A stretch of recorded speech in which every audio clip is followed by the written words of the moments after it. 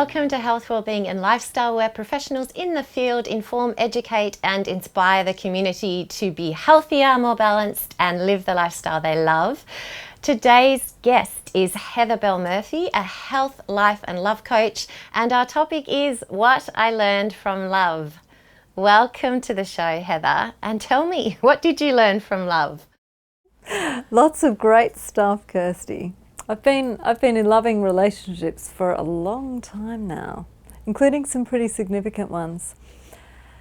My biggest skill that I've learned, that I think I can say that I've learned, over my past sort of 35 years of actual adulthood, is emotional balance.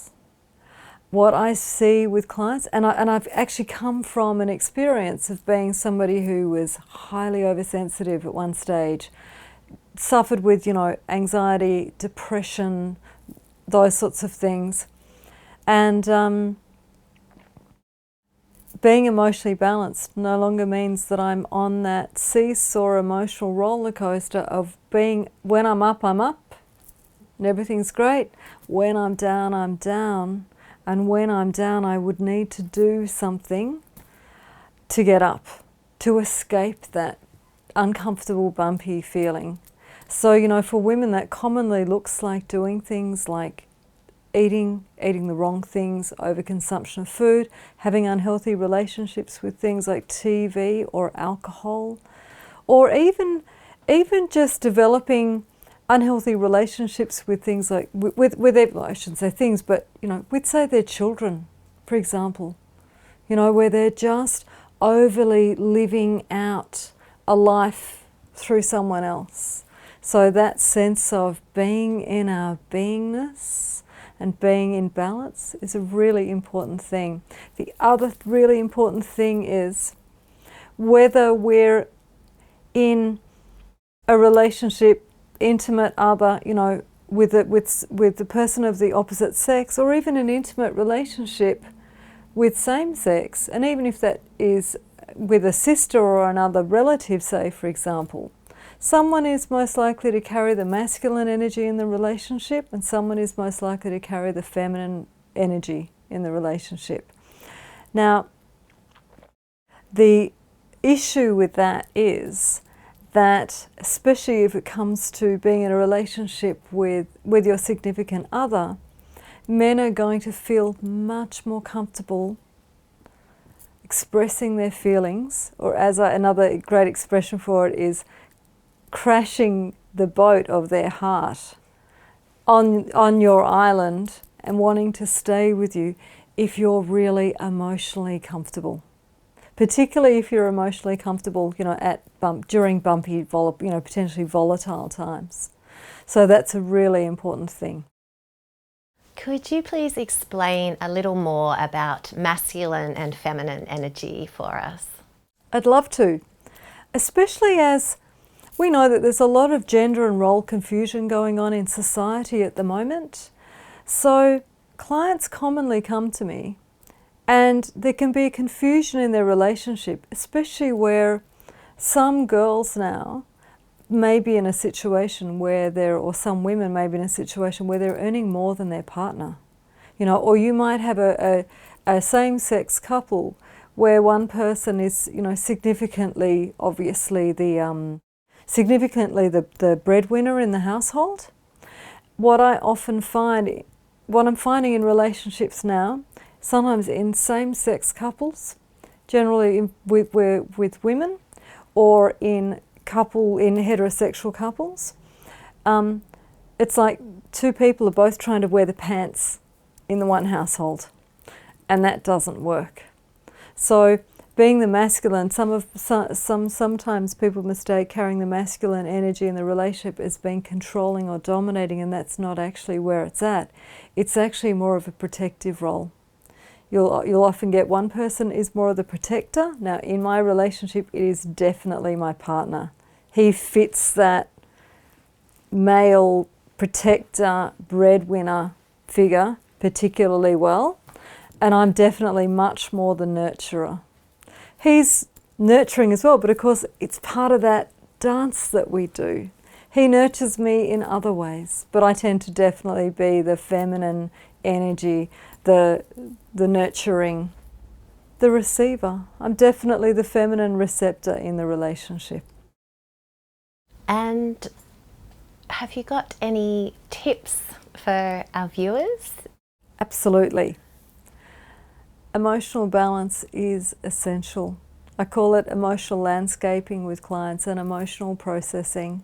And you know, we're very, very lucky that as women, being in touch with lunar cycle, because we're 60% water, it's a great time to follow the phases of the moon, being in dark moon or being in full moon, when we know that it's time to, so cleaning the house and cleaning out the shoe cupboard and being organised at that time, it's a great time to utilise that energy doing those kinds of things. And then being in full moon, that's more of a doing time. So that's the time when you can, you know, a great time to be more into exercising or to be into making changes and fulfilling change, whether that is changing your direction in your career and having a plan around that, or changing, you know, your eating regimen, for example, upscaling it or whatever, you know, or you know, you might change your physical regimen. How am I going to exercise? How is that going to change? So full moon is a great time, more of a doing energy, compared to dark moon is much more of a time for planning, cleansing. Well, thank you so much, Heather. That was wonderful. If anyone wants any more information on Heather Belle Murphy or on what she learnt from love, please look up her webpage on our website, healthwellbeingandlifestyle.com.au. Stay with us. We'll be back after the break with another fantastic guest and a very interesting story. Stay tuned. After the break, animal communicator and therapist Carolyn Pope talks animal communication and breaking down the barriers.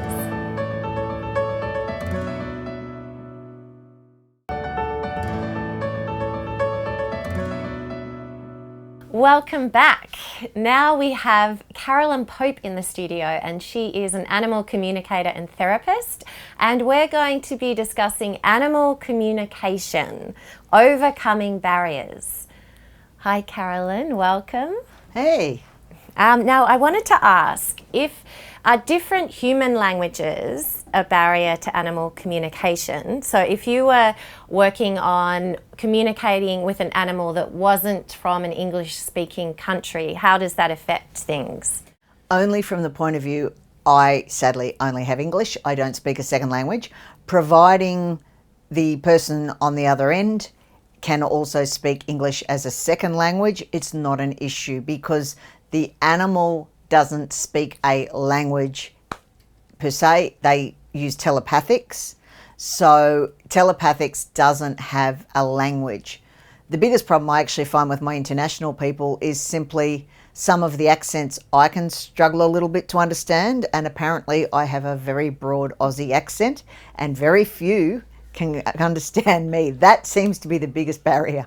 So it's a human issue, not an animal issue. It's a human issue, not an animal issue. How does it work? How do you communicate with animals? For those of you that have seen The Hitchhiker's Guide to the Galaxy, great trilogy, think of the babble fish. For those that haven't, the babble fish was something that you put in your ear and it'd swim around and it would simultaneously translate any language right throughout the universe. And essentially that's what happens, because it's all about thought. If you're, say, a diplomat and you want to say something to someone who only speaks Russian and someone who only speaks Dutch, the thought pattern's the same. What you want to say might be the same, but the languages are different. So the animal's thought pattern, to me, is always going to be the same. It just happens that I only speak English, therefore I need another English-speaking person on the other end of the phone. The animal doesn't have a language per se. It's all telepathics, it's all energetic thought. How does the difference between species affect animal communication? Hugely. That's the biggest job of any animal communicator, is advocating for species difference. You're not going to roll in horse poo and eat it, at least I'm assuming you're not. Your dog will. Dog's not going to jump on Google and Google animal communication. One of my cats once said to me, murdering birdies is good for my stress levels. You should try it sometime. Murdering birdies wasn't going to do anything for my stress levels. Drinking coffee wasn't going to do anything for the cat. And everything is within species. You can't blame a dog for being a dog any more than if a horse gets a fright, it's going to shy or bolt, because that's what horses do. And the biggest problem is people that consider themselves animal communicators that have no species awareness. I remember one lady, and look, she was a human psychologist, she was very good, but she'd been speaking to these people with this very, very troubled dog, and they told me what they were doing, and I just went, no, that's crap. You actually do the complete opposite. And within 5 minutes, that dog was lying down. It hadn't laid down for 3 weeks, because the signals they were giving to the dog was actually upsetting the dog. When you understand the species, you understand how to change your signals, because any animal's like a computer. They can only go by the information you're giving. And you're giving any animal information 24/7, 365. The problem is we're not aware of the information we're giving, because we can only see things from our species parameters. My computer guy puts it really well. He says it's like giving Mac commands to a Windows computer and going, why isn't this working? They're two different operating systems. A cat and a dog and a human have 3 different operating systems, and then add that to every species. So could you please give our viewers some advice on communicating with their animals? Are there any general things to look out for? Start with someone else's, because you're too close to your own. In the same way, a doctor doesn't treat their own children, or a clairvoyant doesn't generally read. You need to know you're able to communicate, and you know your own too well. You can't detach what is you from what is them. And also you need feedback. You need to know whether you're on the right trail. I mean, having said that, sometimes you'll get something that's just so weird you couldn't possibly have thought it up, and that's when you know it's coming from the animal. But most of the time, practice on others and get others to practice on yours, and start with it that way. Because it's like, a kid's not often going to tell his mum what's going on, but he'll tell a third party. It's exactly the same. So work with that to start with and build up the relationship and the rapport from there. When you say practice, like what sort of things would you do, say, with a friend's dog? What would you observe? They might, for example, say, all right, here's a list of 4 questions. See what answers you get. And that's a good one for you. But they need to be answers that the owners know. For example, dogs in shelters. Any dog in a shelter will tell you anything it needs to get out of there, rather than being euthanized. But also, people like to get stuck in the past. And, it's because he was a shelter dog till he was 6 months old. Well, yeah, you've had him 12 years and he's still a brat. What's your excuse? People like to keep their animals in victim mode, but they can't know what's gone on. So there's no point in asking what happened while you're in the shelter, or how many homes or whatever have you had before, when you're starting to learn, if the owner can't validate that, because they need to be questions that the owner 100% knows. So that's you asking in English the dog a question. Yeah, you might give me a list of 4 questions, and it might be, what does Fido like to eat? Where does he like to go? Some of his favourite activities. And then I'll take a photo and tune in, write down the answers and give them to you. And you can go, those 2 are right. No idea why you said that. I'll try feeding it to him, see whether he likes it or not, and get back to you. Because you need to know you're on the right path. And it's like a muscle. You don't use it, you lose it. But start with little bits, because you don't go out and run a marathon. As Tuvok used to say, you don't get out of a wheelchair and do advanced aerobics. You don't run a marathon to start with. Little bits and build up. And that's the thing. If I said to you, we're going to learn ancient Egyptian or Latin, no one's going to expect to be fluent in a day, and using the Egyptian, go in and read Tut's tomb. And yet everybody expects to be able to communicate fluently and instantaneously within a day. And sadly, for 99.99% of the population, it takes work. But the rewards are always worth it.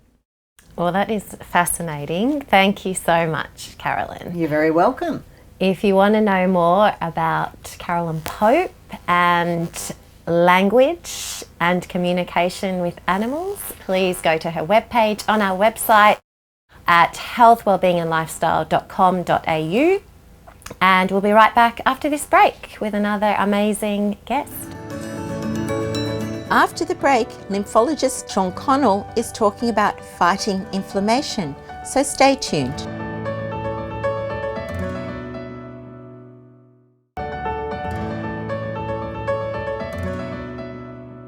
Welcome back, and next we have Sean Connell, our lymphologist, who's back with us today to talk about fighting inflammation. So Sean, welcome back. Thank you. And inflammation, so how is inflammation caused in the first place? Well, the inflammation actually comes from our bloodstream, because our bloodstream's 91% water. So when we break the laws mentally, nutritionally or physically, it's going to cause more inflammation in the body. So this is why stress is the biggest killer. So when we stress, it opens up the capillaries of the pores of the capillaries, and too much of the water comes out. So if there's too much there, sometimes the lymphatic system can't remove that inflammation. So we need to help the lymphatic system to actually remove that excess fluid out of the area around the cells. So that's where a lymphologist and lymphatic drainage massage can come in handy, because we will activate that lymphatic system using the only 4 ways to activate it and move that inflammation out of the area. Then the oxygen and nutrition can get back into that area, and the cells can start to regenerate and heal. And then the white blood cells, the immune system can work, and the body can regenerate and heal itself. Right. And so when you say it and what it does to our body, what does it do to our body? Technically, inflammation's causing lack of oxygen. So without oxygen, we don't live very long. So luckily, we have up to 100 trillion cells in our body. So there's inflammation around that area. They'll start to break down and degenerate. So the sooner we can remove that inflammation out of there, those cells can start to regenerate and work the way they're supposed to. So what other contributors would you say there are towards inflammation within us that can deplete our oxygen supplies? Okay. So mentally, stress is the biggest killer.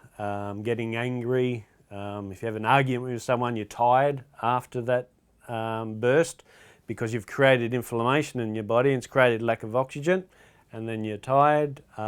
Eating and drinking the wrong things. So everything in moderation, so not too much coffee or alcohol or processed foods. Go natural as much as possible. Improper exercise will cause lactic acid in the body as well. All those things will cause inflammation, and if the lymphatic system's not removing that, it'll start to degenerate and cause the body to break down. So when you talk about the generalisation, do you have a particular example of a situation where someone's been affected with the lymphatic system with the inflammation? Yeah, well, inflammation's the cause of every problem out there. So without oxygen, we don't live very long. So oxygen is the key. And if there's inflammation in that part of the body, no oxygen's getting there. So it's going to degenerate, break down and die. So we need to remove that inflammation.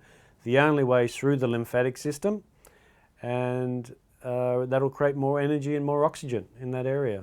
We have a lot of people who have lymphedema, which is just the body's just blowing up, just with inflammation. So we naturally just activate the lymphatic system and greatly reduce that, and then allow more oxygen to get back into that area, and then the body can start to regenerate and heal itself, and they lose a lot of weight, because over 50 kilos you can hold of just inflammation in the body.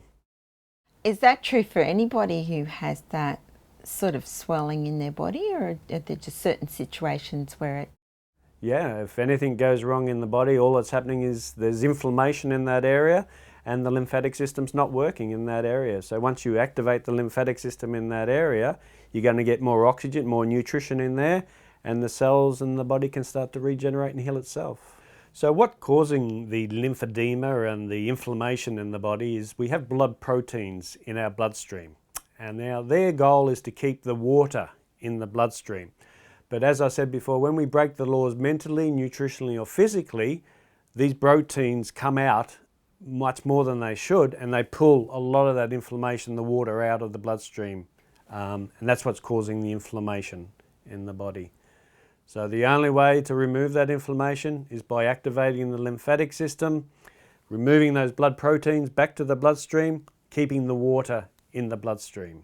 And then when you're saying those four systems, also the technology that you've mentioned before. Yeah. Yes. Is that technology sort of widely available? Not many people know about it. It's not that widely. There's some doctors around the world using it, but it's very unknown. Well, and how would you say, what would your best advice for our viewers be around fighting inflammation? Well, the number one thing we have to do is activate the lymphatic system. As we said before, there's 4 ways to activate the lymphatic system: deep breathing, bouncing, stroking, energy. You're required to get 30 minutes of aerobic exercise every day. Walking, do your deep breathing while you're walking, or if you're with someone, you're talking. So you're doing the breathing naturally by just talking. So don't be the one that's just not talking, talk as well. So obviously see professionals out there, they're the experts in the field, so they'll do that. But at home, you've got your deep breathing, bouncing, stroking, energy. You can do all these things at home to help activate that lymphatic system. But professionals out there have technology now that's way out of this world that really, really activates the lymphatic system, move a lot of that inflammation. You're going to drop a lot of weight, you're going to have more energy, your body's going to work the way it's supposed to, it's going to regenerate, you're going to get younger, you're going to feel really, really good. Thank you so much for that, Sean. And for more information on Sean Connell and fighting inflammation, then please go to his webpage on our website, healthwellbeingandlifestyle.com.au, and we'll say bye for now and see you next week. If you'd like to know more about our show, please like our Facebook page and also subscribe to our YouTube channel.